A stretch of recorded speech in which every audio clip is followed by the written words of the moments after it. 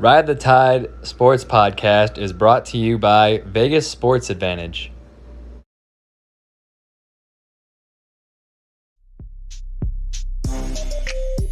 Welcome to VegasSportsAdvantage.com, the website where you can win with us. It doesn't matter if your favorite team is playing. It doesn't matter what you think. What matters is which team has the best odds to win. Our MIT team has had a winning record every year for the past 15 years. This gives us the confidence to guarantee all of our packages. We have the highest verified record. Don't miss out. Get in the game. It doesn't matter which sport it is. It doesn't matter what you think. Win with Vegas Sports Advantage. Go to VegasSportsAdvantage.com to start winning today.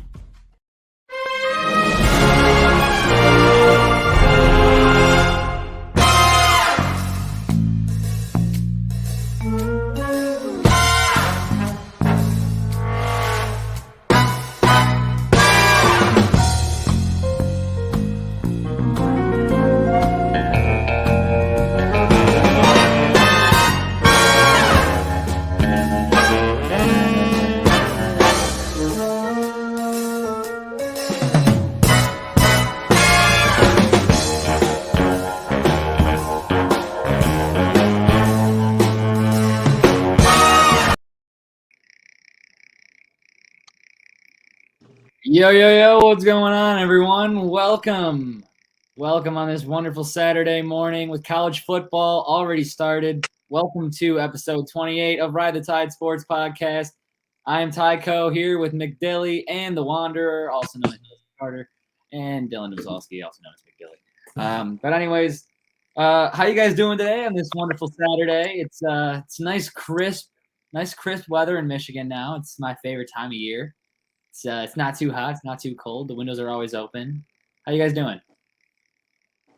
You want me to be honest? Sure. I just woke up.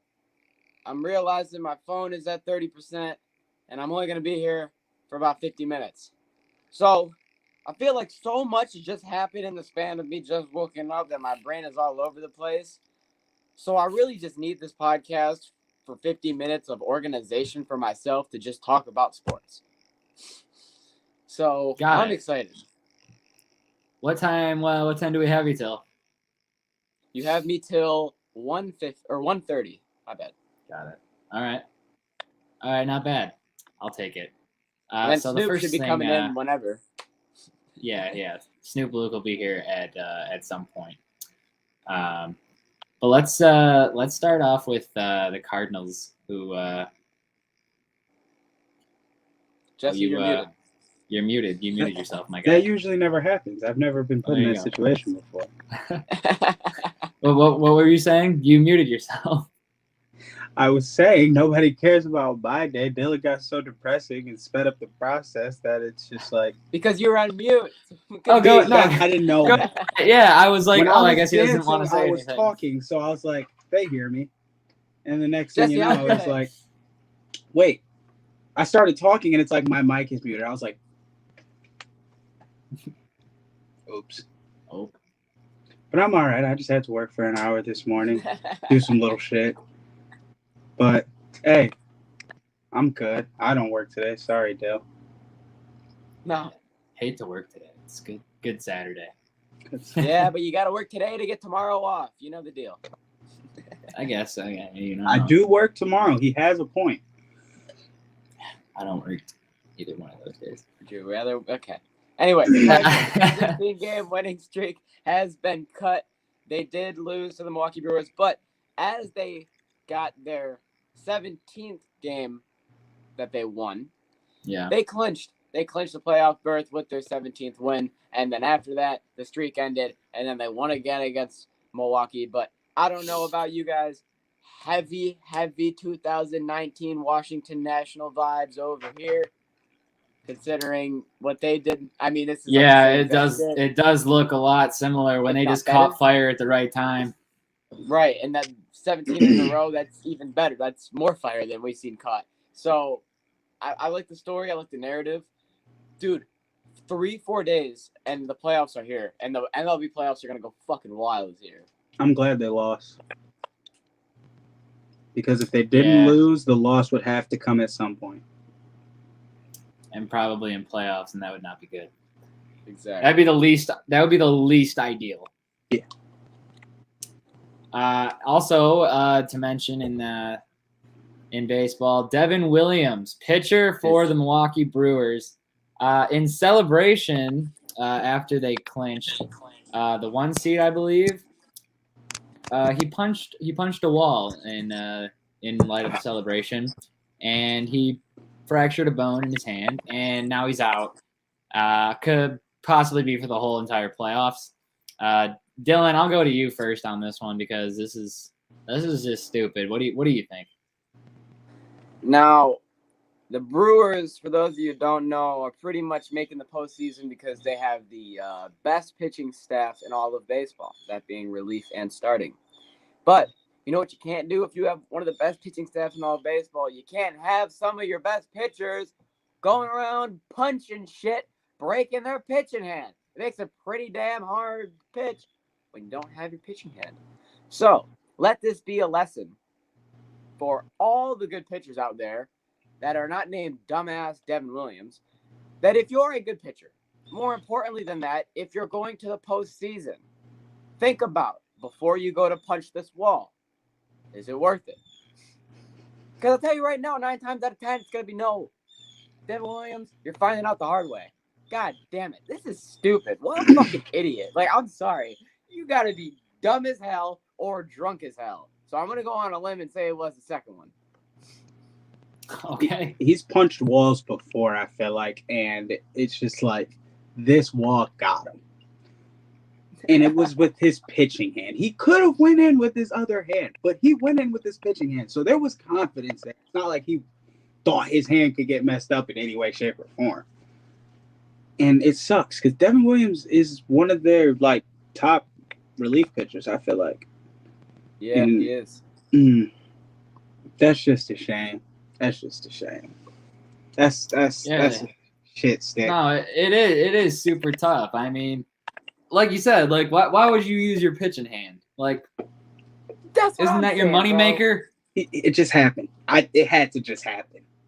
He has to just be right-handed. And I haven't been in a million dugouts or clubhouses or whatever, but I'm pretty sure that most of it's like underground kind of. So like most of the walls are concrete.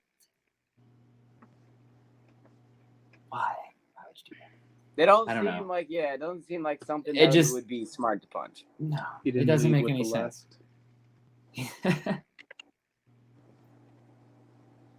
So the next thing we got to talk about here is college football. We got some big games on today, starting with the ones that are on right now. Right into it, 2 Georgia and 8 Arkansas. Georgia is currently up 14-0, kind of rolling right now early. And I think that they're probably going to win this game by a big margin. The spread was 16.5. And, I mean, it's looking like that's what it's going to be. It's not great. All right. I just want to give my prediction. And then when you see me run, like, where the fuck did Dylan go? He's grabbing a charger.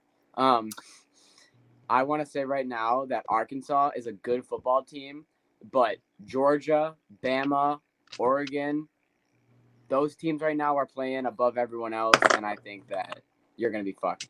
Thanks, Jesse, but I can't just fucking. Oh, look at that! That'd be sick, though, wouldn't it? That would be sick. That'd be awesome. Sorry, I didn't know if your powers manifested. A lot. Okay, so Dylan will be right back.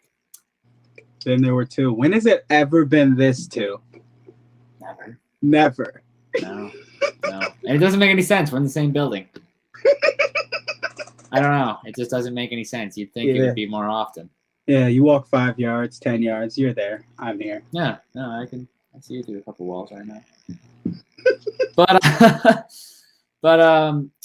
You think Georgia takes this game? You think Arkansas makes a little comeback? How do you feel about this I one? saw a tweet that Arkansas was going to win, but it's not looking like it. Unless their coach gives them roids and, like, they somehow manifest in that short amount of time and it just improve them, I don't see this being a win.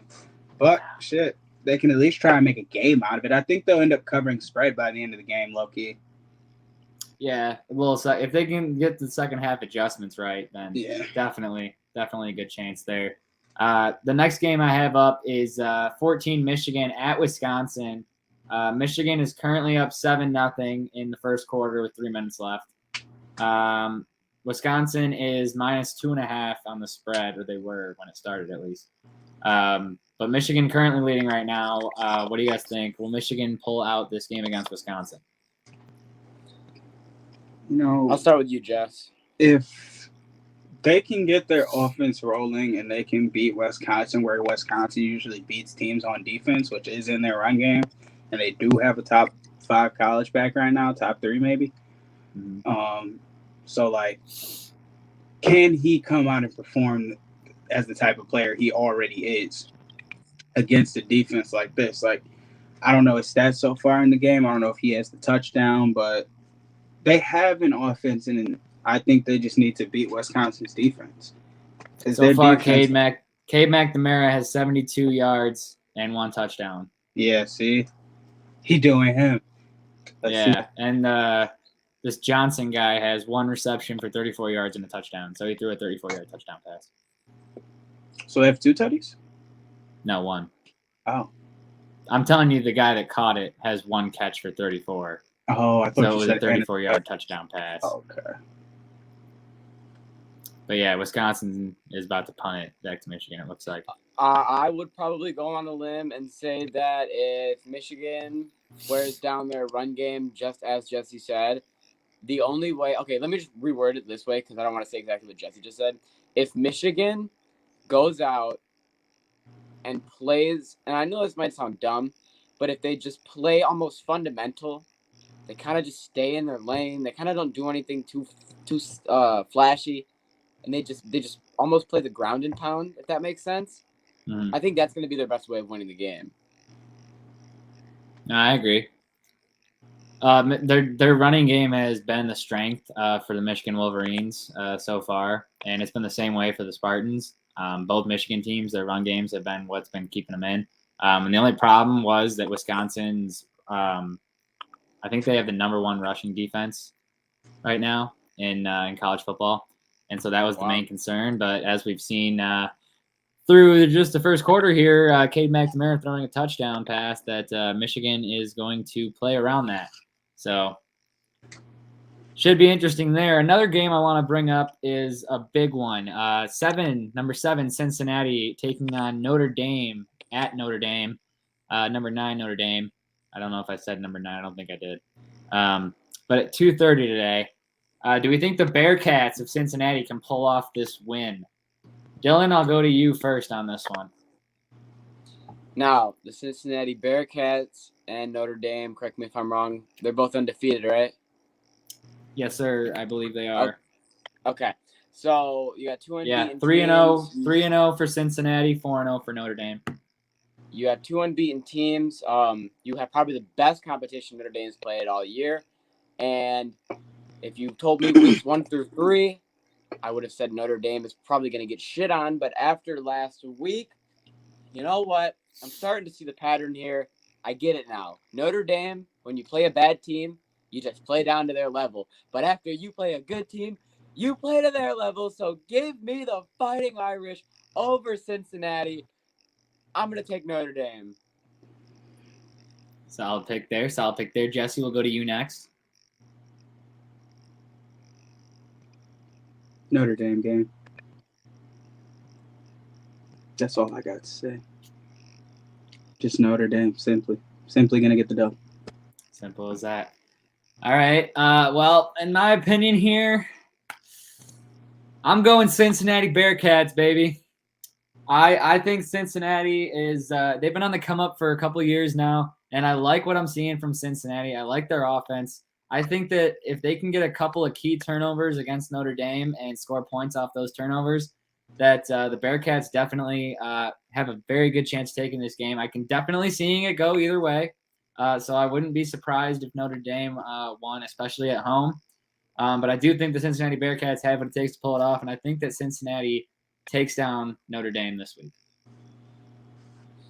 Respectable. And then another game mentioned here is number 12 Mississippi taking on number 1 Alabama at 3:30 today. Now I know that it doesn't sound great on paper, but for whatever reason, sometimes Mississippi gives Alabama problems. And I'm 98% positive it's because that the coach of Mississippi is a former assistant of Nick Saban's, and they go at it. So I am actually very interested to see what happens in this game. I think it'll be closer than people expect. And I think Mississippi's got a really good team. I mean, I hope that it's a good game, yeah, but I will take Bama. I mean, I'll take Bama to win, yes. But it has the potential to be a good game due to the coaching staffs, and the players as well, because we know Bama, and at the end of the day, Mississippi could come out and play the best game of their life. We could look back this week, and this was the best game of their season. So, best game of some careers could be. Alabama expected to win, should win, but Mississippi might be able to fight. But will it be enough? Well, time will tell. We'll find out. Another game I want to bring up is one that I think could actually be an upset, only because of the disappointment that we've gotten from one certain team this year, and the one man that's here to support them always is not here right now. Mississippi State is going to Texas A&M, number 15. They've dropped 10 ranks since the start of the season, but Mississippi State has a hell of a football program. They are not one to be underestimated. Mississippi State can very well knock off Texas A&M with the way they've been slipping down that slope this season. And it is a slippery one for them so far. They have struggled. Dylan, what do you think about this game? Mississippi State and Texas A&M. I can't remember his name, but I really like Texas A&M's quarterback. I like the way he slings the ball. I think that he's an underrated QB. I really think that Texas A&M is going to give Bama the best run for their money in their conference at the end of the year type shit. So, for that being said, I think that Texas A&M wins this game, and I think any big game coming here on out, I see Texas A&M winning. Also, their running back's a dog. I like Texas A&M this year. They got a good roster. I feel like Texas A&M is they got to bear down. I think they realize that everything can slip away this week. And this is low-key a do-or-die kind of game, in my opinion, because if they lose, they're most likely going to be out of the rankings. And I expect a close game, but I do think Texas A&M will come out on top by 3. Okay, solid take. I can definitely see that happening. Any other games I want to mention here? No.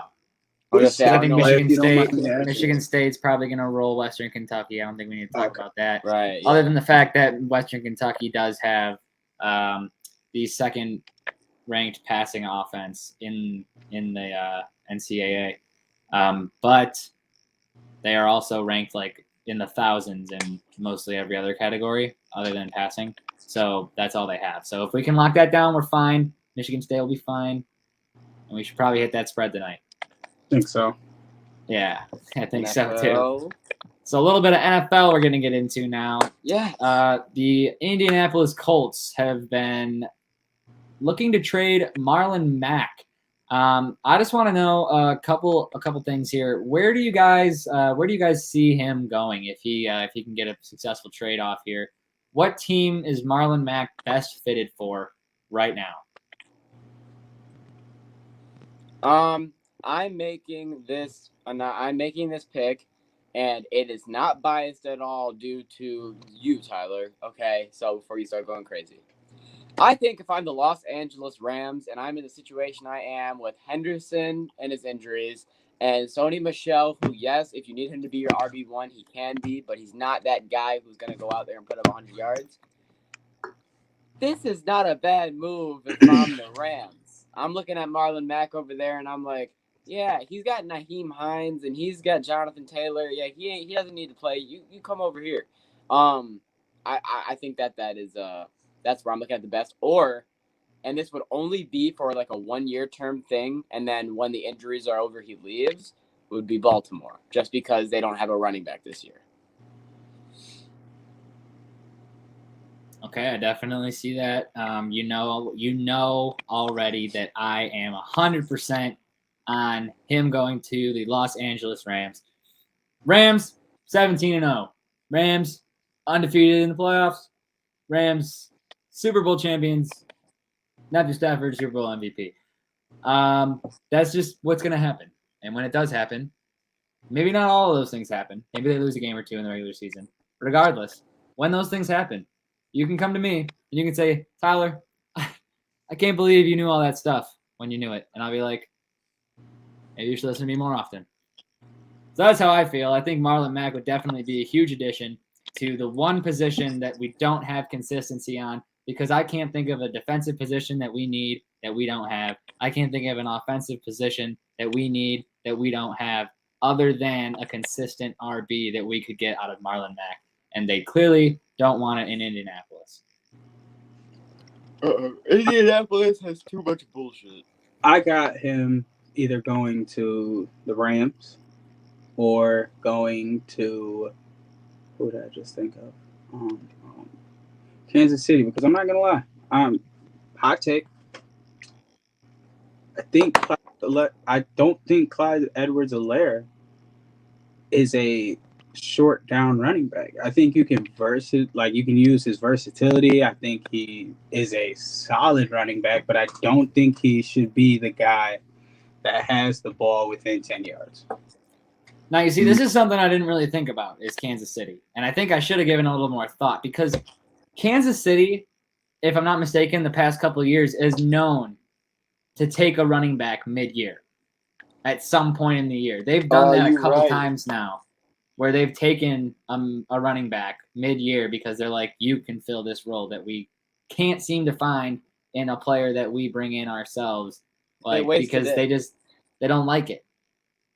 You know, they're like, nah, we want a new one, and we want a new one. They can take it. They can't, because they already wasted it on Josh Gordon. That was their big player they bring in during the year. They wasted it already on week 4. You never know. I'm not hip. What happened? Josh Gordon, what do you mean? Yeah. He got suspended for drugs? Yeah, I know he kept getting suspended, but did he get suspended again when he just came back? That didn't happen, right? No. He came back. Right, he got reinstated a week ago. Got signed to the Chiefs last week. He's good now. And now he's on the roster, and he's in the NFL. Yeah, he's playing. I knew he was on the roster, but I was like, wait, are you telling me something happened in the last couple days that I didn't hear about? No, I just meant that instead of signing a running back mid-season, the big player they already signed was the Josh Gordon. Heard. So maybe that's the new one. But on a defensive note here, Richard Sherman was in talks with Tom Brady apparently before this happened, and ends up signing with the Tampa Bay Bucks. Now, is it safe or not to say that Richard Sherman, in the ending of his career, maybe just doesn't want to play with Tom Brady? I think Richard Sherman is ring chasing. I want to know what you guys think. Is Richard Sherman chasing a ring? Let me say right now that Richard Sherman could have been asked to go for a reunion in Seattle. He probably would have said nah. They could have said, hey, bro, we can get you on Green Bay. We can get you on, Baltimore shit. He probably would have said nah. Unless he had a contract deal from the Chiefs, which he probably would have accepted, or more than likely the fact that Tom Brady reached out to you, which is the LeBron James of the NFL. You pretty much don't say no, from what I'm realizing, when Tom Brady reaches out to you.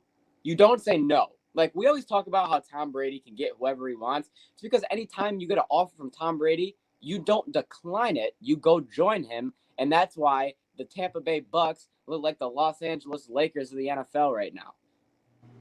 So, I mean, call it what you want, but I would say that this was definitely a lot less of a retirement home over in Tampa, because there are some absolute dogs, absolute machines.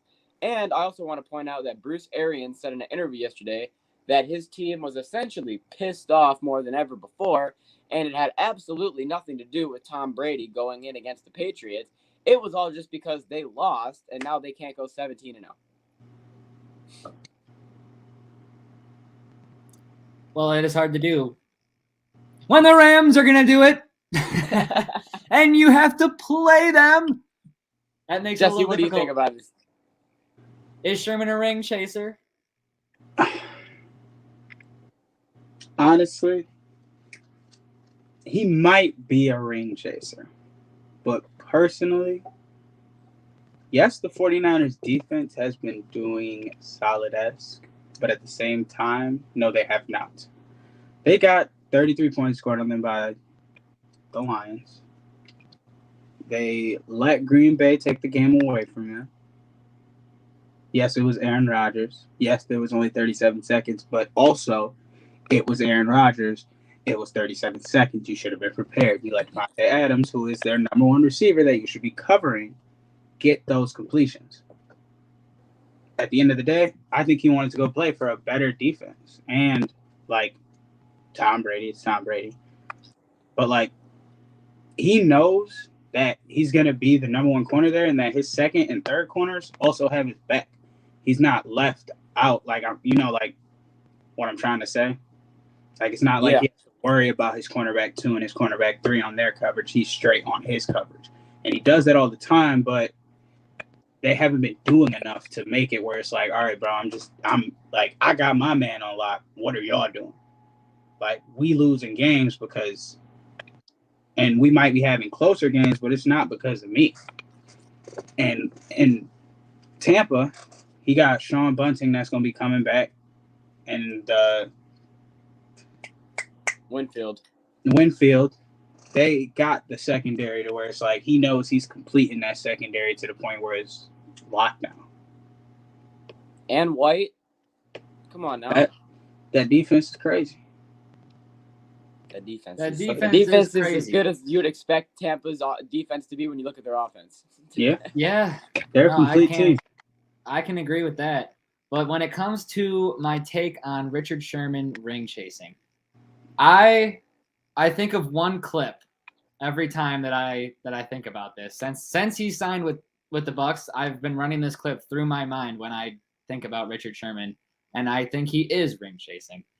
I think of the clip where Richard Sherman is he looks up at the screen when the New England Patriots get the interception. He's on the sideline in the Super Bowl, and he's looking at the screen, watching the play because he can't see it from where he is. And as soon as the interception happens, the look on his face of I was this close, I was this close, and I talked all this shit and all that, and he still doesn't have that ring.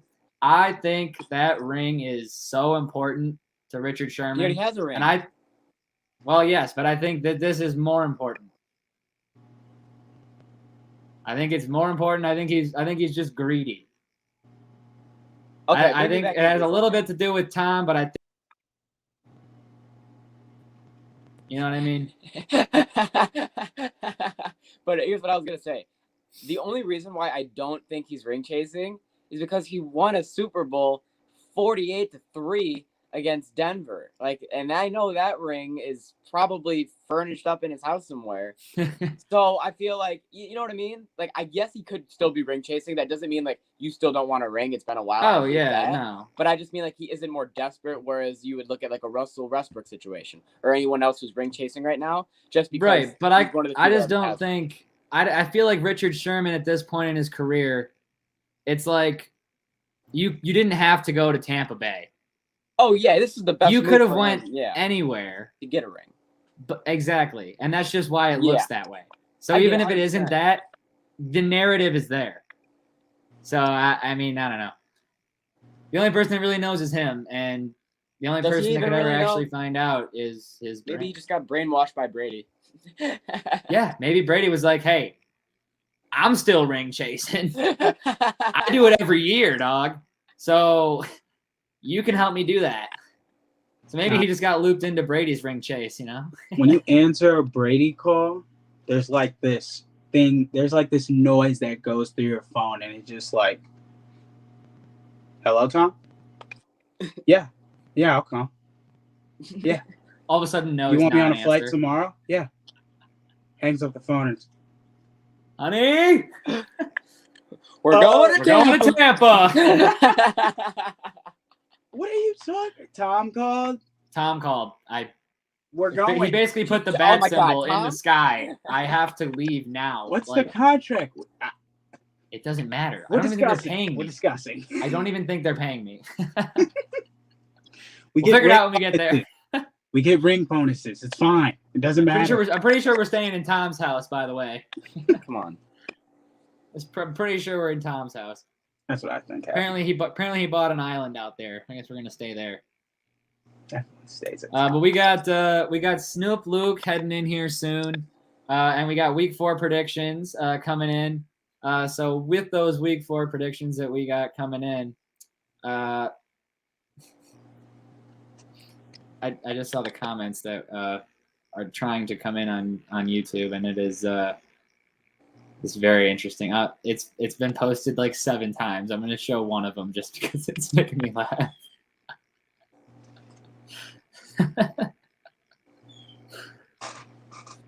Wow. Oh my God. So there's like 8 of these in here. I just realized that they were there. But like I was saying, anyways, disregard that. I just had to show you guys what I was seeing on my screen. The NFL Week 4 picks brought to you by Vegas Sports Advantage, our proud sponsor and affiliate. Make sure you guys join the Winning with Vegas Sports Advantage. They're all about sending the winning picks to you throughout the week so that you're ready when football hits on the weekend. So we'll be right back after this short ad from Vegas Sports Advantage. Thanks. Ride the Tide Sports Podcast is brought to you by Vegas Sports Advantage.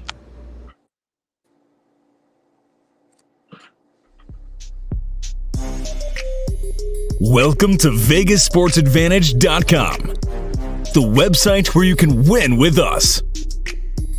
It doesn't matter if your favorite team is playing. It doesn't matter what you think. What matters is which team has the best odds to win. Our MIT team has had a winning record every year for the past 15 years. This gives us the confidence to guarantee all of our packages. We have the highest verified record. Don't miss out. Get in the game. It doesn't matter which sport it is. It doesn't matter what you Win with Vegas Sports Advantage. Go to VegasSportsAdvantage.com to start winning today. And we're back. Thank you, Vegas Sports Advantage. Like I said, if you want to join the winning, go to VegasSportsAdvantage.com or click the link in our Twitter bio, and that'll send you right to the winning picks. And make sure you use those picks to win yourself some cash, because that's what I do, and it's a good time. Let me tell you, it's a good time. So without further ado, let's get into the NFL Week 4 predictions. This is gonna be the one. This will be the one. This is the one where I hit all the games. Thursday, even though we're past it. Oh yeah, let's talk about Thursday. We had a quality game on our hands that I don't think most people expected Jacksonville to be fighting like that and come out leading like that for the first half. No, I definitely don't think that game was supposed to be as good as it was, actually. I mean, it was a little bit defensive. There were some struggles on both sides of the offense for a little bit. But Cincinnati continued to do what they've been doing this season, which is win football games, however they have to win those football games. And Trevor Lawrence out here still looking for that first win. I mean, who's going to get it first? Is it going to be the Jets or is it going to be Jacksonville? Hell Jacksonville. no, the Jets aren't winning shit. Jacksonville, since since that tweet last year where they were 1-0 and they said not satisfied with 1-0, they are 0-19 since that tweet. Are you satisfied with 0-19? Because that's what you are since you weren't satisfied with winning. You are now forced to be satisfied with losing. They didn't know what they were walking into. No, it was a trap the whole time. It's a curse. When's the last time Jacksonville was good? When they went to the playoffs in 2015, they beat Pittsburgh in the divisional with Bortles and Jalen Ramsey, and then they got absolutely shit on in the next round of the playoffs before going to the they got shit on the AFC Championship for the Super Bowl. I forget that Ramsey even started in Jacksonville. He was so good on Jacksonville. They were so bad. Campbell in his prime on the D tackle, Jalen Ramsey, Blake Bortles, and then they had like one good running back. I can't remember his name, and that was their team. And that's when they got Robinson from Michigan, the quarterback, and they put him at running back. No, that was around that same time. Fournette was the next year. Fournette was there too. Yeah, that's why they had a solid squad for a little bit. But then it all fell apart the way that it was barely held together by those guys. Yeah, you really think about it, like that's the whole team. I'll be honest right now. Pretty much. If I'm in Jacksonville, this is the last thing I'll really say about this. If I'm in Jacksonville, I have a pool in my stadium. I have Urban Meyer's my coach. And, my mascot's doing backflips off the top of the stadium. So, it could be worse. That was sick. It could be worse.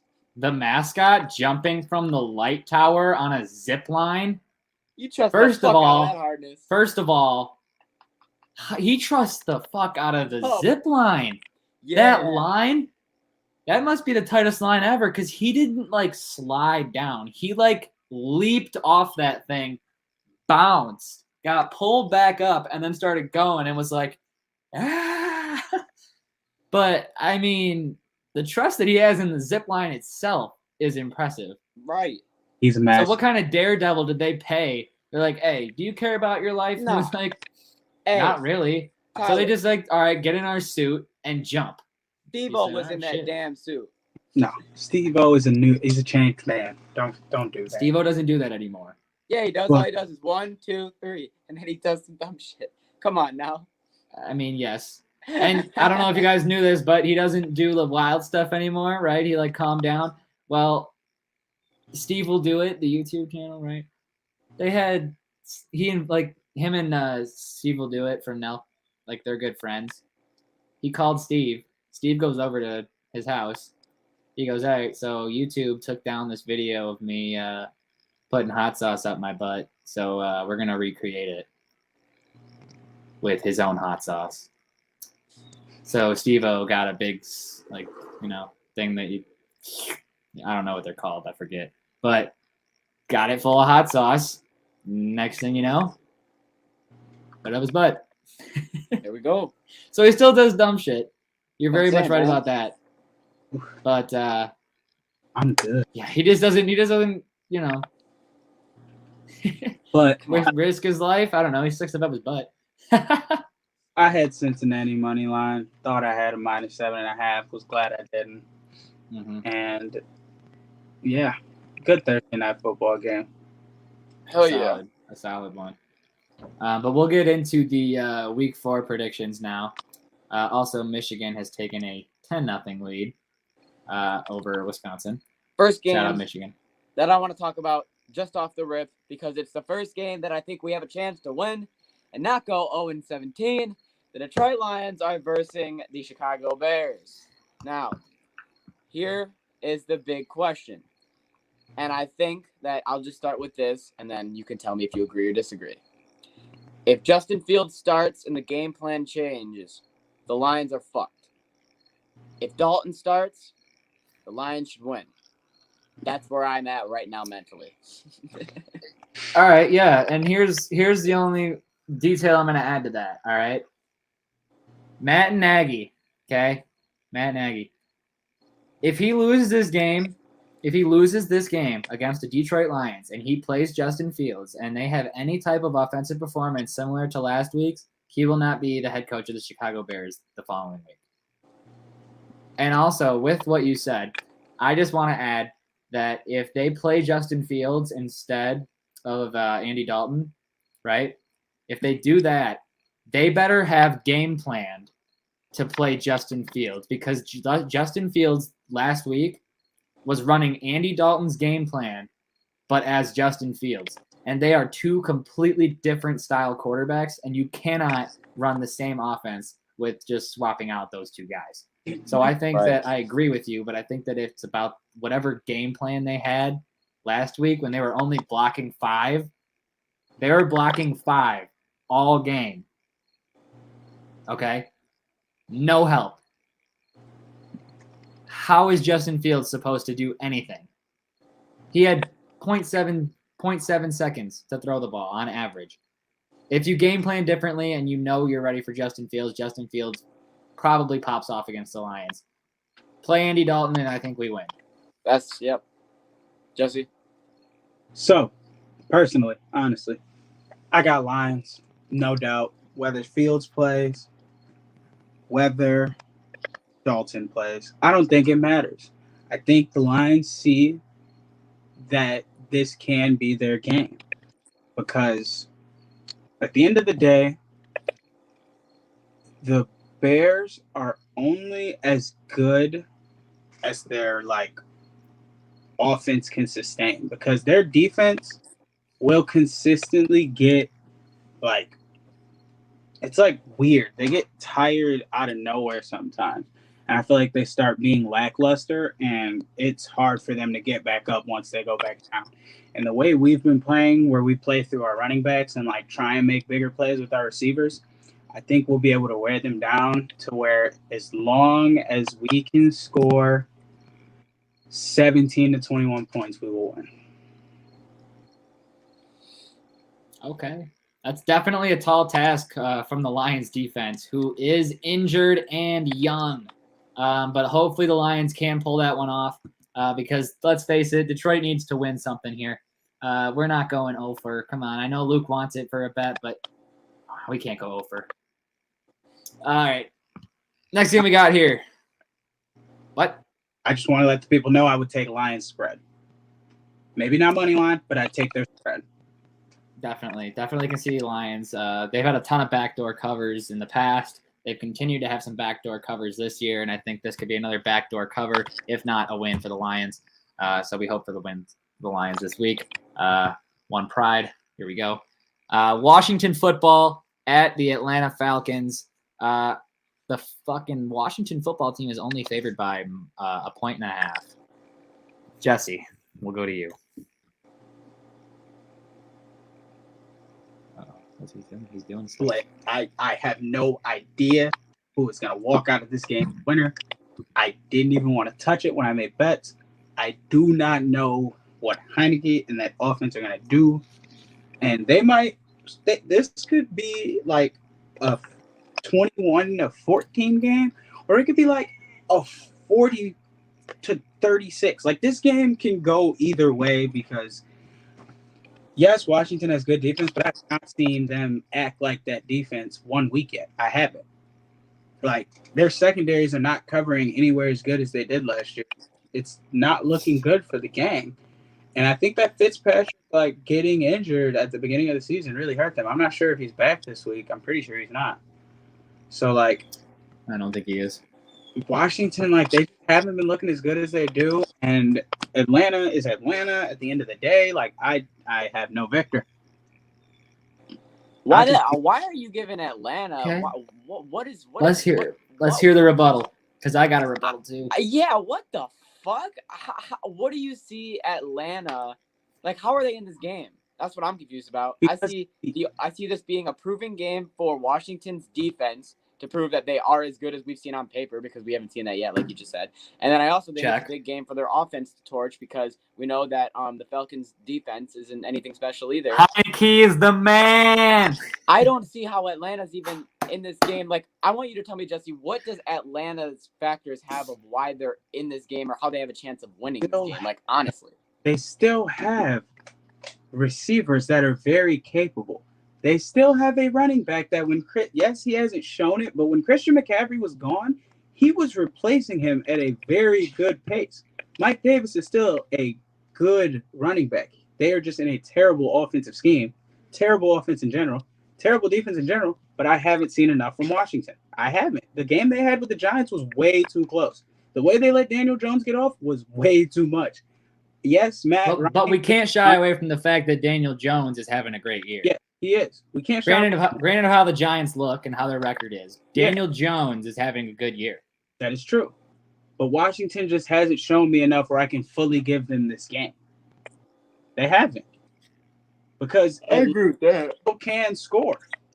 This is I think that they haven't shown a lot. I agree with that. I think they haven't shown a lot. They haven't shown enough, at least from what they had last year. And I agree with that. But I think this week, I think against Atlanta, I think this is a Washington -7.5 spread. It should be. It should not be a 1.5 point spread. I understand that, it has a potential to be a closer game, but I think Washington wins by 1, maybe 2 scores. I think that they're on track to do real good this week. I mean, it's been a slow start, but sometimes I feel like teams have a slow start and they figure it out. And this is one of those opportunities where they're going to figure it out.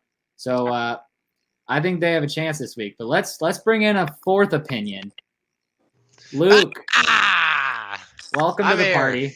Welcome to the party. Good to have you. We're talking about the Washington football game. They're taking on the Falcons, the Atlanta Falcons this weekend on Sunday.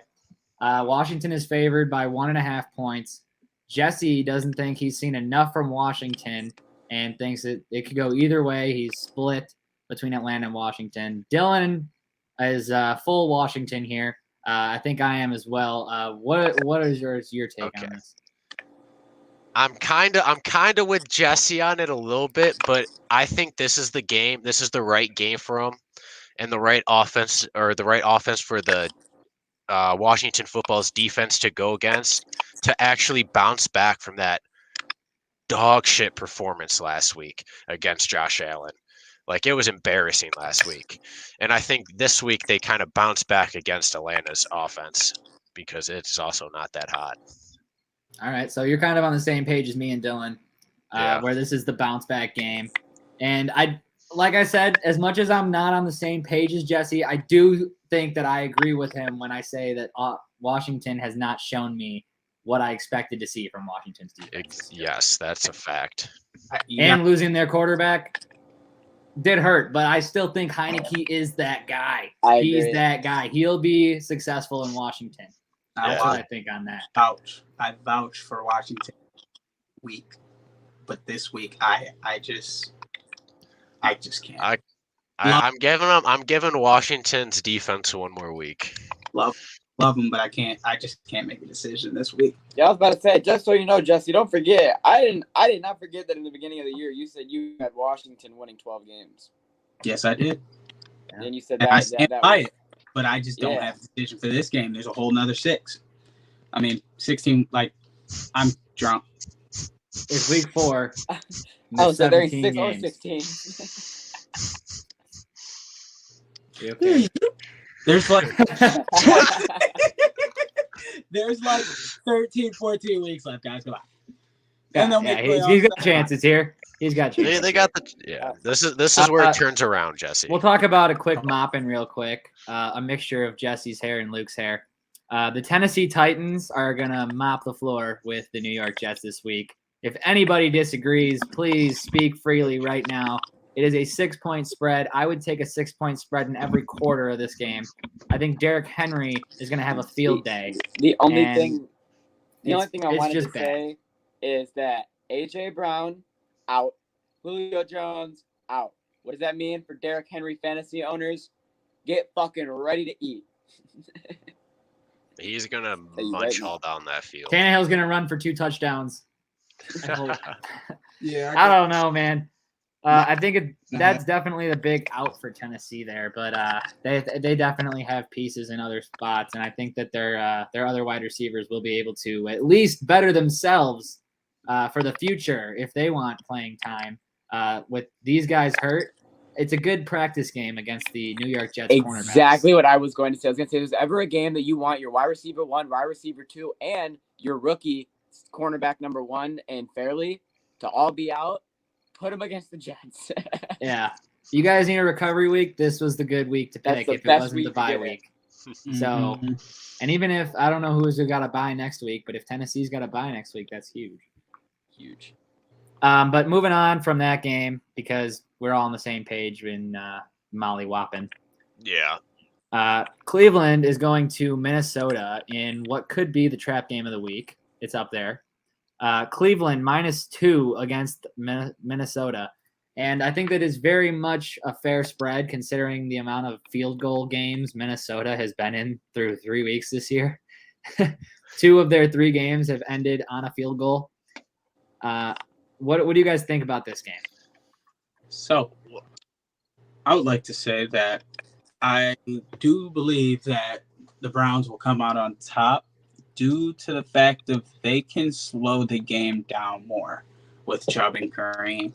They can manage the clock a lot better than Minnesota can because they still don't have Cook, right?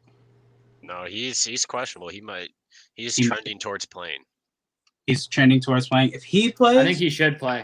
If he plays, the 2.5 spread will be. It'll miss. I think it'll end up being a field goal game. It's just 2. No half. It's just 2. Yeah. Okay. Thought you said 2.5. My bad. It's close. It's even closer. It might have just changed. I see Cleveland winning this game though, but with Dalvin Cook playing, that definitely changes what I just said a minute and 40 seconds ago. And he might get a little less reps, maybe, but it's Cook, so I expect him to be at full effect plays. So it'll be a good game. I think it'll be probably the second best game of the week behind Rams and Cardinals. Yeah. Well, Give me Minnesota by a game-winning field goal. I am also going to take Minnesota this week only because I know the Browns will lose some dumb games this year, and they have to. Is probably going to be one of those. They always do. They lose. There's always some games where you're like, "Oh, how did the Browns lose that game on that play?" Like, but then it's never to like a really bad team. It's to like a team that's like mediocre. There's always you know what there always is? There's always a reasoning for it. Like after you say exactly what you just said, you go, yeah, but blah blah blah did go off. Yeah, like Justin Jefferson could have 3 touchdowns. Right. Like, they always have something that you know what I mean? Like Adam Thielen. Like they have wide receivers. If they can block that Cleveland defensive line, they'll be okay. If they can run some solid play action because they get some runs off, like they'll be all right if they can get to the secondary. But that front, that defensive front on Cleveland is a problem. Myles Garrett is a fucking problem. He's a whole problem in himself, yes. Who just had 9 sacks. Even though it was against the Bears, they're feeling nice. They're feeling good. That's a defensive high for sure. And then you got Denzel Ward in the back. They're probably going to stick him. Thielen runs the slot, so I think Justin Jefferson's going to have a hard time with Denzel all day. He might get doubled. He might get doubled on a lot of plays. But they got Final stances here. I'm on Minnesota on the money line. Minnesota money line, Dylan. Luke? I'm going to go Cleveland because I trust their defense more. We going to split it in half. We going to split it in half. We going to split it in half. Next game we got up. This probably will be the last one for Dylan. It's 1:28 p.m. Just letting you know. Not sure if you knew what time it was. The Indianapolis Colts are taking on the Miami Dolphins at home. This game could be a toss-up. You never know. The Miami Dolphins are favored by 2.5 points. Over/under is 41.5. Felt like that one was worth mentioning. Wow. Okay. Favorites. Now, we'll go to Dylan here because before I start my take, I just have a question. Jacoby Brissett still QB1, correct? Yes, sir. Okay. So this, if you don't know, is actually a big homecoming game for Jacoby Brissett. He spent many of his years being a backup to Andrew Luck, and then when Andrew Luck was gone, being QB1 of the Indianapolis Colts. And he wasn't a bad QB. So I think that this is going to be, good for him. This is the homecoming that no one's talking about because of Tom Brady. We should be talking about Jacoby Brissett. It's bullshit. Whatever. Anyways, I just think it's unfair. I'm sorry, what are you referring to? It's unfair. No one's talking about the Jacoby Brissett homecoming. It's all about Tom Brady. Going back to where? Where is Jacoby Brissett going back to? Indianapolis. It's Miami. The game's in Miami. That's why no one's talking about it. Because it ain't happening. Fucking sense now. He's versus his old team, but he's still playing. Yeah, they're in Miami. Right. So yeah, that's what it is. When it comes to the game, I think this is going to be a hell of a defensive game. I think we're going to see an Indianapolis Colts defense from last year mixed with a Miami Dolphins defense from this year, and it's going to be a hell of a defensive game. If you get what I'm trying to say, take the damn under.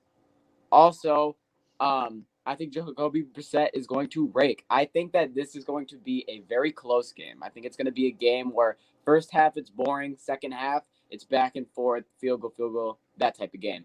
I do think that the Colts lose and go 0-4, which is wild, but I am going to have to give it to Miami only because of two reasons, and that being Devontae Parker is starting to play like Devontae Parker can, and I think Myles Gaskin has a big week this week heating up because their backfield hasn't gotten shit going yet.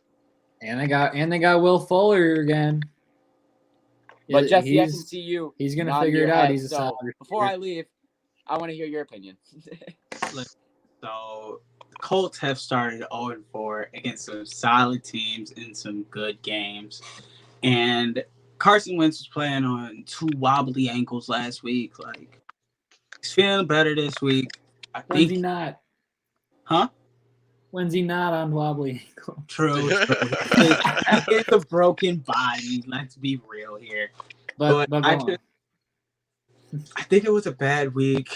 He threw 12 passes to Pittman, and I feel like no one else was really as close. And I think he's going to be able to spread the ball out a little more, even though it's like Miami's defense is a solid-ass defense. But Taylor will get started. I think they have a solid game. I think Miami, it's going to be a close game. I think both teams will go back and forth, but I'm going to take the Colts by I'd give Colts -3. Okay, so would you take the 2.5 for sure? I'm taking Hell yeah. Yeah, I'd take the 2.5 for sure. For sure. All right, let me just say this because I'm leaving. Who do the Rams play this week? The Rams play the Cardinals. All right, before you guys talk about that big game, I have Rams winning on a game-winning field goal. I'm going to work. Have a great day. See you, Dill. This man loves game-winning field goals. He does love game-winning field goals. Something about him. Maybe it's something about the pressure. I don't know. He likes to miss. He's there for it. I don't know. He wasn't very happy when the Lions lost on a game-winning field goal, so I don't know what the deal is. But he does love those game-winning field goals. The next game we have up could also be a game-winning field goal when it comes to a man named Greg the Leg. The Carolina Panthers will be going to Dallas to take on the Dallas Cowboys, who are favored -4.5 points, over under 51.5. What do we think about this game, fellas? Luke, we'll go to you. I'm just thinking Dallas takes this dub. Dak still needs to answer for the last 2 weeks, I feel like, because I don't know. I just feel like he has not been at his full potential. He's been at half of his potential, and I need him to reach his full, and I think he will. And this is the week, and I think Dallas is going to take it. Yeah, Dallas. We'll go to Jesse. I feel the Dallas win because honestly, Carolina hasn't played anybody. They've played 3 weak teams. And I'm feeling like it's time for them to get a check without Christian McCaffrey in. They're gonna Sam Darnold, don't get me wrong, he's playing some ball. He's doing his thing over there in Carolina, but I just feel like Dak and the offense, after getting Zeke involved last week, they felt good. And it was against Philly, but I still think that Carolina's just not as phenomenal as they've been looking because they have been playing below average teams. I agree. I agree. I think that here's a big factor. All right.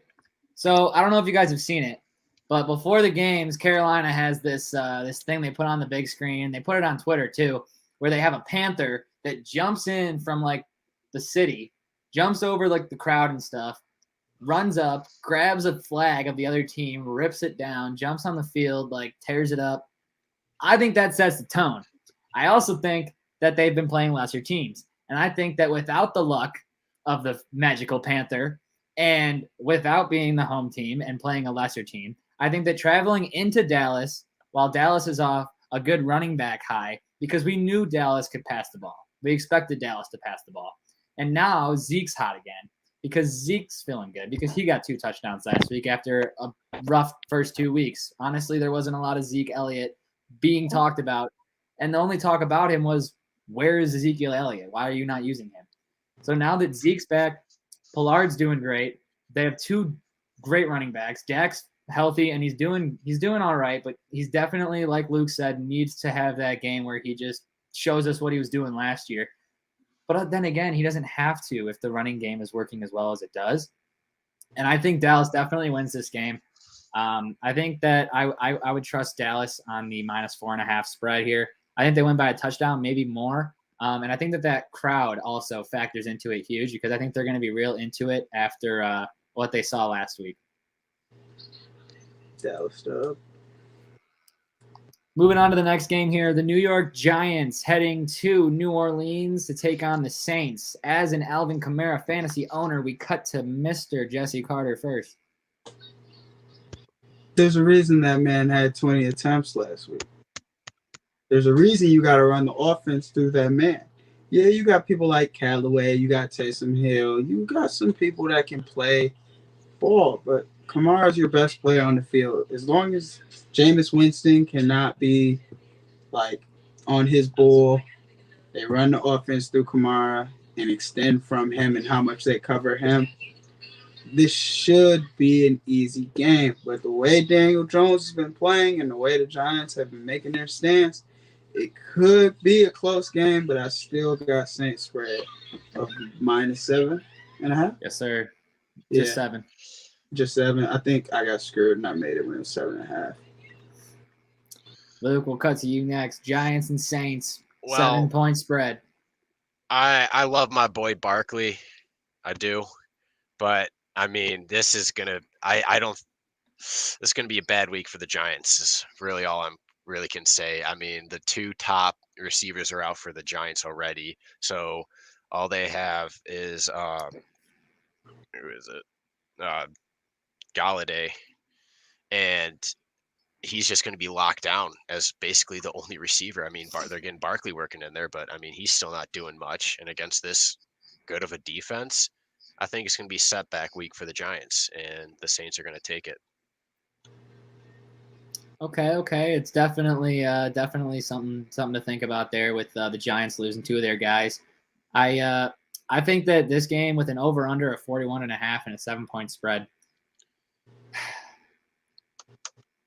it's almost hard for me not to take the Giants +7, and that's only because of what I've seen from the Giants so far. I'll tell you what. You know what, Kenny Galladay? You were bitching on the bench because you weren't getting the ball. You want the ball? Well, you're the only receiver next week, so you're going to get the ball if you can get open. So prove yourself. All right? Saquon Barkley, you've been out for some time the last couple seasons. Have one of those Derrick Henry type games. Remind us why they drafted you so high, you know? I think that with an inconsistent New Orleans defense, because I know that they can be good, but I know that they can be bad if the scheme that's against them plays the right way. It can be just as bad as it is good for New Orleans sometimes.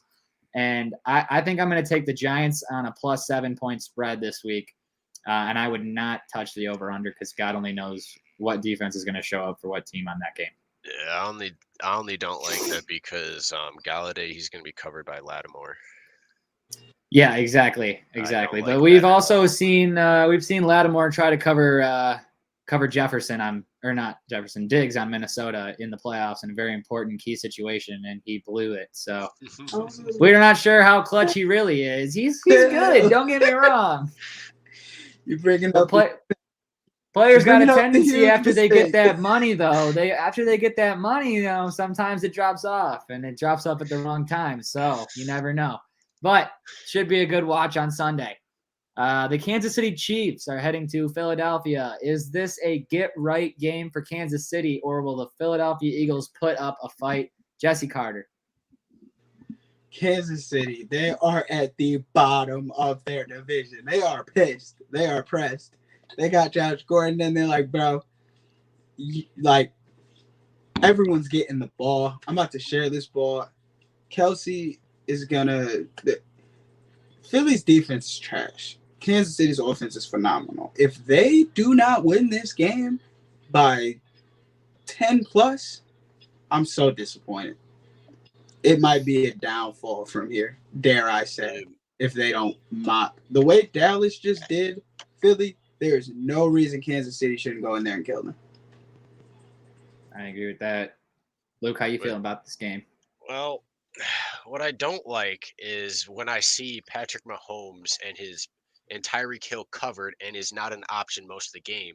He looks like a lost puppy dog out there trying to place the ball in his other receiver's hands. I don't like that at all.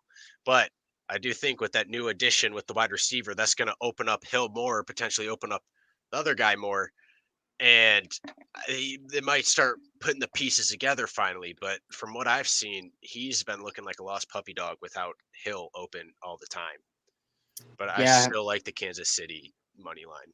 Yeah, the game plan for most defenses has been take away Tyreek Hill, take away Travis Kelce. Everything else is fair game because they are dropping passes left and right in Kansas City, and it is wild. Yeah, Patrick Mahomes, his only no-look pass of the year that I've seen, intercepted.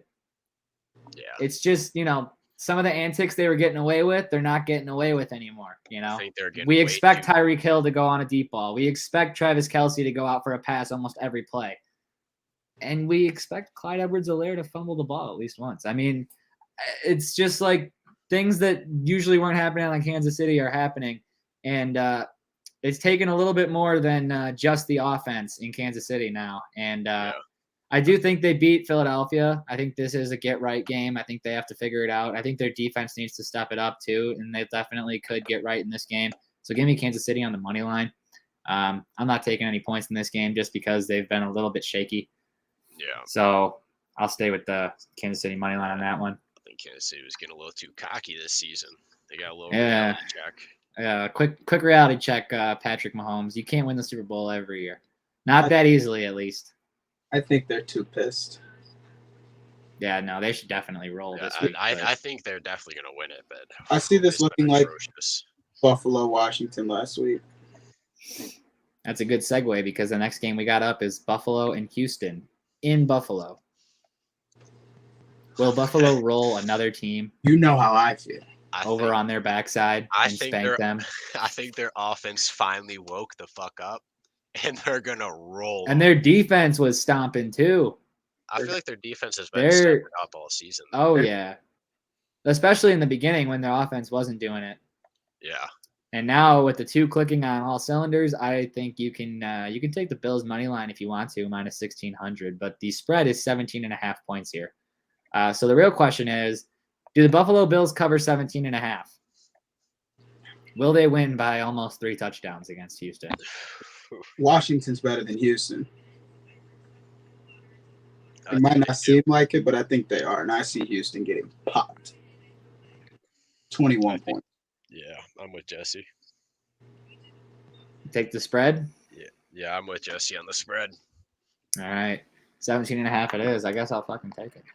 The next game we got up is Arizona going to LA to take on the Rams in what I am considering the game of the week. Yeah. The Arizona Cardinals are plus 4.5. Rams favored by 4.5. Over under 54.5 points. How do we feel? We'll go to Jesse first. Now, I like Murray. I like how he's looked, but he has a problem. And his problem, the Rams will not let it slide. And that has been his interception problems. He's been throwing some bad, risky passes. and they have been getting intercepted. And he's also been having incompletions on third downs that are just like you tried to make the big play. And before I say this, I do think the Rams are gonna win the game. I wouldn't mess with spreads, and I know that over's fat, so it's like I'd keep this in the money lines of Rams. But I think he's going to have to use his feet more than he's used them these last couple weeks. And it will be a good game. But that Stafford and the Rams just don't look like a team that can lose right now.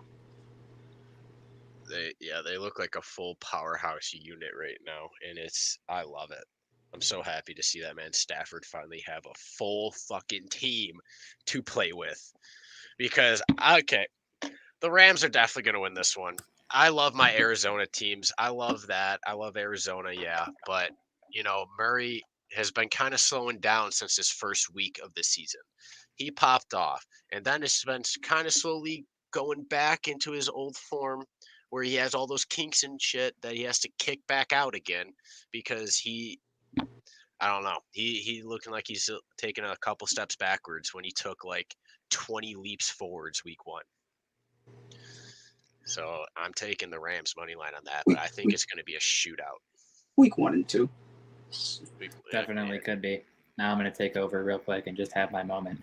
The Rams will definitely win this game. Kyler Murray, you're only like 3 feet tall. You think Aaron Donald gives a shit about midgets? No, we're winning this game. Why? Because we're going undefeated. Aaron Donald will eat you for breakfast, buddy. Lunch, and maybe dinner. He'll take you home to the kids, and he'll feed you to the kids too, because the kids got to eat, because the kids will also be like Aaron Donald, and they'll be Super Bowl champions this year, and they're going to Disney World, and they're going 17-0. No one's beating them. Matthew Stafford, 3 touchdowns, not 4, because they're going to get a rushing touchdown from who? Matthew Stafford. Thank you very much. The Rams are going to win this game on the money line. Yeah, the Rams. It's definitely gonna be a shootout, in my opinion. At least 6 touchdowns in this game. What's the over? It has to be in the 50s. 54.5. Yeah, I was about to say, there's no way that doesn't touch 50s. I will take the Rams on the 4.5. I'll take the Rams on the money line. Whatever one you want me to take, I'll take it. So give me the points. Give me the money. Next game. Calm down. Seattle Seahawks and San Francisco 49ers. This is a toss-up game for me. 2.5 points given to the Seattle Seahawks, so the 49ers are favored here. Over-under is 51.5. How do we feel about the Seahawks going to San Francisco? Well, the Seahawks have been slacking a little bit, too. Do they stay slacking? It's hard to tell, but it's looking like they might stay slacking a little bit. Yeah, they're still a little slow. They have not really pushed out that grand tier classic Russ Daddy shit where they just start fucking blowing out teams and beat teams in the final drive of the game just because that's what Russ Daddy does. I don't see it going that way. I see Russ Daddy taking another L this week. I'm not going to lie to you. Is Tyler Lockett back in? I can find out for you. Does anyone know? I can find out Not in a probably quick second. Luke will let us know in a second. This will change my opinion whether he's in or out. Lockett's hip appears likely to play Sunday. His hip is Carroll is optimistic. Okay. After he had a full practice. Now let's hear that take. Or yes. Lockett plays. I think this will be a win by Seattle by like a touchdown or more if Lockett plays. But if Lockett does not play, I do think that Seattle will lose this game by a field goal probably. It seems really important. Lockett's really important to the offense because you have to make a change for Lockett and Metcalf. Yeah. If you just have to game plan around Metcalf, that's like 20 times easier than having to deal with somebody like Lockett in the slot. And yes, you have Chris Carson, who's a solid RB1, but I just don't know if – but the 49ers are the 49ers, and there haven't been – and Sherman's gone. Yeah. But they've looked good this season. Yeah, especially their defense, I feel like. they've been besides last week. I mean, because they play Tampa, but they've been having like low scoring games. I see Lockett in, Dub. Lockett out, L. Okay, definitely something to think about there. Tyler Lockett is an X factor player. I think the Seahawks can do it this week. I like what I've been seeing from San Francisco. They do look like they figured out what their offensive scheme is, especially with working Trey Lance into the offense. They are doing it right, and it looks very good for San Francisco. But I think that Seattle wins this game. But if they don't, I think it's a close finish. Give me Seattle plus 2.5. Okay. What? Oh, I was just gonna. There's been so many teams that have just been like, oh yeah, they've just been slacking, and this is gonna be their bounce back week. I just can't be doing that for every team. So got to pick one team that I don't think is gonna bounce back, and I think that's Seattle this week. I don't think they bounce back. What's your bet? I'm taking the money line for the Niners. Heard that. Next game we got the closest point spread of the week. The Ravens are headed to Denver to take on the Broncos. It is a 1-point spread. The Ravens are favored, and the over-under is 44.5. Personally, for myself, I'm taking Baltimore. I think that Baltimore had a closer than expected game with the Lions, but it was due to a few drop passes that would have changed the score of the game dramatically. And the Lions would not have been able to make it as close because they would have been down by 15 or 16 points instead of 1 point. And so it definitely would have been a more of a blowout game if those passes were caught by Marquise Brown. So give me the Ravens -1 because, I mean, what's the difference between -1 and a money line in this one? I feel you on that. I'm with Baltimore too. It's just because Denver has been looking good, but they've been looking good against not really competitive teams. Yeah, they're the same as Carolina in a way. You're looking good, but who are you playing? I think this is the week that we actually get to see Denver actually get tested and to see what they're really worth. Yeah, but show us what you're made of. I don't trust it enough to really take them, so I'm taking Baltimore in this one. I think with Hollywood Brown, how he played last week and how he had those drop touchdowns, he's coming in fucking damn near stick him on the hands. Like, he's catching like 80% of his targets this week. I think he's not going to be dropping any pass that's near the end zone specifically. Like, he's not going to drop those passes again because he realizes last week how much he could have went off. And with the Broncos losing KJ Hamler, who's their number 1 receiver, call it how you see it with him and Sutton. And even though Tim Patrick is a nice receiver and he is their receiver 3 stepping into a 2 role, I think they won't be able to pull it together enough with Marlon Humphrey and that back secondary for Baltimore, and I take Baltimore money line or -1 because, like you said, it's the same thing. Just take right. More money. What's the difference? The next game we got up here, we got 3 left. Pittsburgh is going to Green Bay to take on the Packers. 6.5 point spread. Packers are favored here. What do we think? Packers. Big dub because Ben Roethlisberger is washed. He should not be a starting NFL quarterback anymore. Pittsburgh should have looked to Cam and picked him up as soon as he went on the waivers. But they didn't. And now they're going to reap as they sow. Claypool is out. Juju and Deontay are both expected to be back in. Yes, Green Bay's defense is shaky, flaky, whatever you want to call it. But I don't think that the Steelers, without TJ Watt and the way they've been playing, with Big Ben at the center of it, can beat Green Bay. I just don't.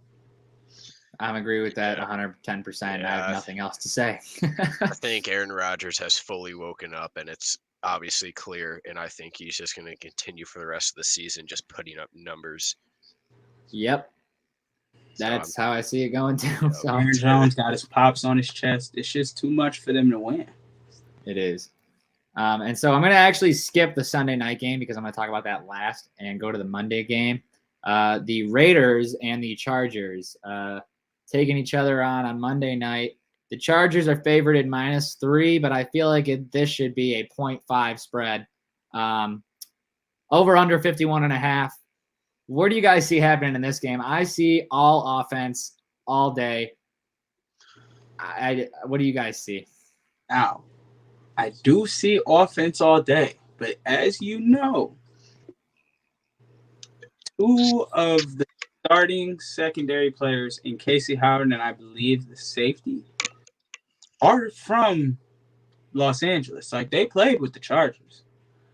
And I think that after so many drills being ran with so many receivers that you're up against, at the end of the day, you really do know how they move. And that's a big disadvantage for, like, Keenan Allen and Williams. Even though they've been doing great, Herbert's a dog. Like, the Chargers have that offense. But Derek Carr's playing like an elite quarterback. I wouldn't call him like a top 5 guy, but he's playing elite. He's getting them down the field when they need to be down the field. Henry Ruggs is finally not playing like a bust. Darren Waller is doing Waller things and creating havoc for defenses, which is making Ruggs and Renfro get open. And I just feel like Los Angeles defense is the reason they lose games. It's how it's been since Herbert got there. And even though that offense is going to be shooting with them, Las Vegas will take 50-yard field goals to keep themselves within a one-score game so that they can get that last drive. So I feel like I would take Raiders +3. All right, we'll go to Luke next on this game. Really, honestly, if we're being real, anything can happen. You might as well flip a coin for the money line. You can see me smashing the over in this game because it's going to be a fucking shootout. I agree with Ty with the whole seeing a lot of offense. Okay, so definitely going to ride the over 51.5 on Monday Night Football. This will be one of those Thursday, Monday night games I feel like that we got in the beginning of the year where it was back to back to back to back fucking whoa. Great plays on offense, and I expect an over to hit. So give me the over on that game. And let's go to the Sunday Night Football game, 51.5. Let's go to the Sunday Night Football game now. The one that has been the talks of the town in every city it has SportsCenter on. The Tampa Bay Buccaneers and Thomas Brady are headed back to New England for the homecoming of Tom Brady, and the Bucs are favored by 7 points. I feel like it should be 21. What do you guys think happens? I'll go out on a limb before I let you guys rant here and say that Tom Brady, in my opinion, is going to torch his old team and Bill Belichick. I know that Bill Belichick is known for taking away other teams' best options, and the best option on Tampa Bay is Tom Brady. So it's going to be hard to take away the pass in general, and I think that they're just going to roll. I agree with you. I am completely on Tampa walking in there and absolutely just wreaking havoc and just giving it to New England. I am specifically sitting New England's defense in fantasy because Tom Brady is walking into them and is about to plaster them against the wall like they're nothing. Listen, first of all, Tom Brady is about to dominate New England. We saw New England lose by what? How many points did they have last week against the Saints? Who have no vendetta against them? Let's see here. Week 3, 28-13.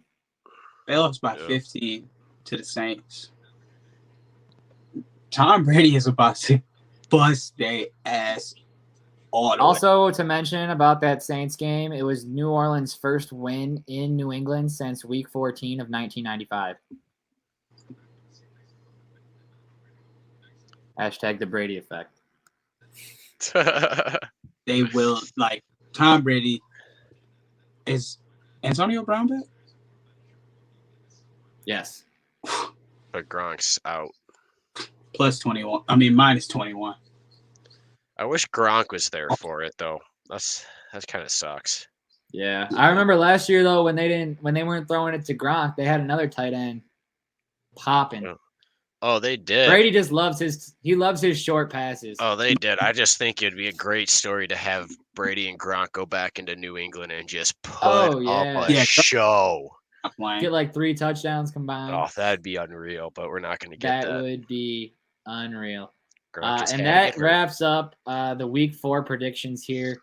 We do have a little bit of UFC to talk about still, though, and we will talk more about that with Snoop Luke himself, the man, the myth, and the legend, the UFC guy. It's just Game Bread FC, by the way. But it matters. Yeah. But anyways. But it matters. So we will talk about that when we get back. We'll be right back, guys. Ride the Tide Sports Podcast is brought to you by Vegas Sports Advantage.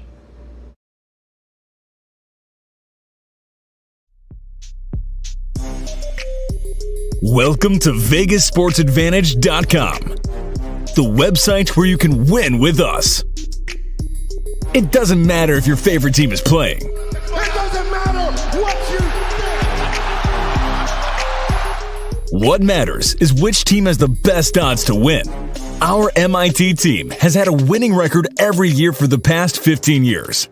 This gives us the confidence to guarantee all of our packages. We have the highest verified record. Don't miss out. Get in the game. It doesn't matter which sport it is. It doesn't matter what you think. Win with Vegas Sports Advantage. Go to VegasSportsAdvantage.com to start winning today. Well, alrighty. So we got the Game Bread FC 2 recap coming in. Oh my lord, was like bare knuckle. Okay, all I gotta say is bare knuckle fighting is absolutely insane, and I love it. Oh my lord. The only bad thing about it was every time there was a blood drops, they kept repeating how it was bare knuckles, but that was the only thing that was bad because people were getting dropped in the first round. There was only one fight that went to a decision, and it only went to a decision because one of the guys got kicked so hard in his cojones that he was puking in the octagon. They had to bring a bucket because he was just hurling up all over the. Yes, Jesse. Yes. It was like imagine you're punting the ball away in football, but there's just a guy standing over your kicking leg, and you hit him with the straight shin, all shin, on the full power kick. That's how hard it was. Man was down, but he got back up and finished the fight, losing into decision, which arguably could have actually went his way. And a lot of the fans were booing because they thought it should have went his way. But one thing I also want to talk about is the Lawson, and I really don't know how to pronounce this name. I'm not really going to try, but it was the female fight. Lawson was talking mad shit before how she's going to take the other chick's soul and knock her head off and all this other shit. What happened in that fight? She got ran through like a train. Oh my God, it was embarrassing. Like she didn't even put up a fight. And but oh man, it was just that whole fight card was just crazy. I can't really I don't know a whole lot of the fighters going in on there. I just started hopping in on the board, but who is it? What was that one fight? It was Sager and Scott. Sager and Scott was the one with the giant cojones shot. And that was Did you feel it when you watched it? I almost wanted to puke. I could feel that all the way up in my stomach. It was, oh my God. Then the Verbeek and Medina fight, the other women's fight. Ooh, that was great. It was nonstop. They were going at it, and then just later on in the round, just I don't want to mess up the name. Verbeek just took her head, was like, bah, one knee, bah, two knees. Then she just slowly fell backwards and then just finished her off with some little ground and pound. And that was a nice little dub right there. And I love that. So overall, Game Bread FC, first or second time watching? This is the first time watching. This is only their second event. In your opinion? I'm a fan. I like it. This could be something actually really big. Okay. It's just got to go on for a little bit more. More talent just has to flow in through there, and it's going to get a lot better. But sure. I'm liking what I see. Let's get some Game Bread FC fighters on here, huh? Honestly, like that would be. Ooh, let's build the brand. Let's get them out here. But I know they're all trying to look into getting into the UFC at some point if they haven't already. And with that being said, UFC Vegas 38 tonight at 7 p.m. The main card is looking like a must-watch for a Vegas event. Just a few fights to name off real quick. Alex Oliveira versus Nico Price. You got Kevin Holland and Kyle Delkus. And the main event, Santos and Walker. I mean, it should be a very good UFC Vegas 38 main card tonight. And I will definitely be tuning into that. I'm so happy you just get to see Oliveira fight, or Alex Oliveira and Nico Price. I'm excited for that one. I'm really excited to see Holland fight again. Yeah, me too. I like what he puts out in the octagon a lot. Holland excites me, and I actually have 3 fighters that I am taking tonight, and that is in this order: Alex Oliveira, Kevin Holland, and Santos. I think those 3 fighters take dubs tonight. I think they do too, but I will be lying if I didn't say Johnny Walker's name. That name, Johnny Walker, that's a dope ass name. Man, dude, it is. Johnny really Walker. Sick. Dude, it's a freaking drink, dude. like, oh man, that's. Let me get a Johnny Walker. Like, fuck. Dude, like, fuck. I almost want to take him just for his name. That's it. I mean. Well, look, damn. Who do you have, Santos? I think Santos might be the best. I might have to look this one a little bit deeper, a lot more deeper, with Johnny Walker's name being Johnny Walker. But I think Santos might be the better, or is the one better fight. What? Say that again. Sorry. Is this the one fight you'd fade yourself? This is the one fight. No, this is not the fight. This is not the fight for the fade. This is not it. This is not the fight for the fade. I know how your main fight go. I just want to check in on you. Justin, I'll let you know when the fade comes into play. You let me know. I will let you know when the fade comes into play.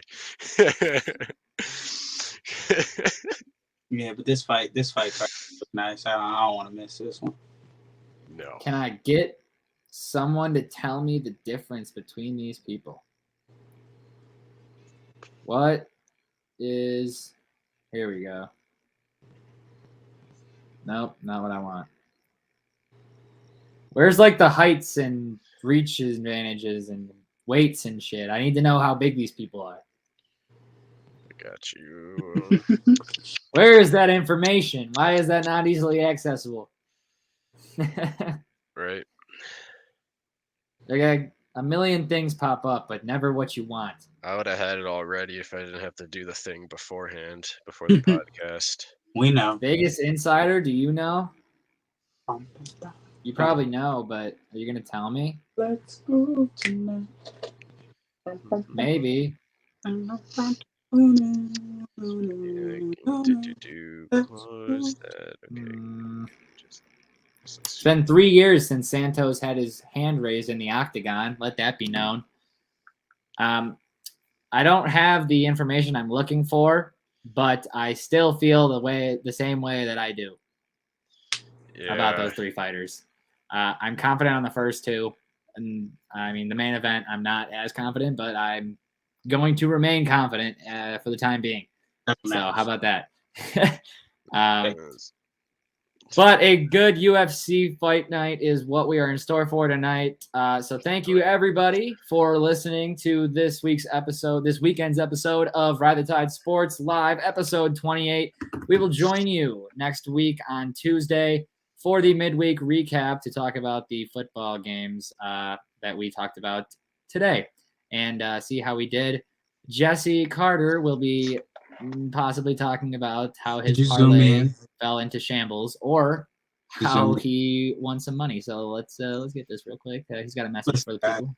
Listen, I can't say many things about the parlay because when I speak things into existence, the betting demons like to just smack me around. But I think I'm feeling good this week. Start off with that.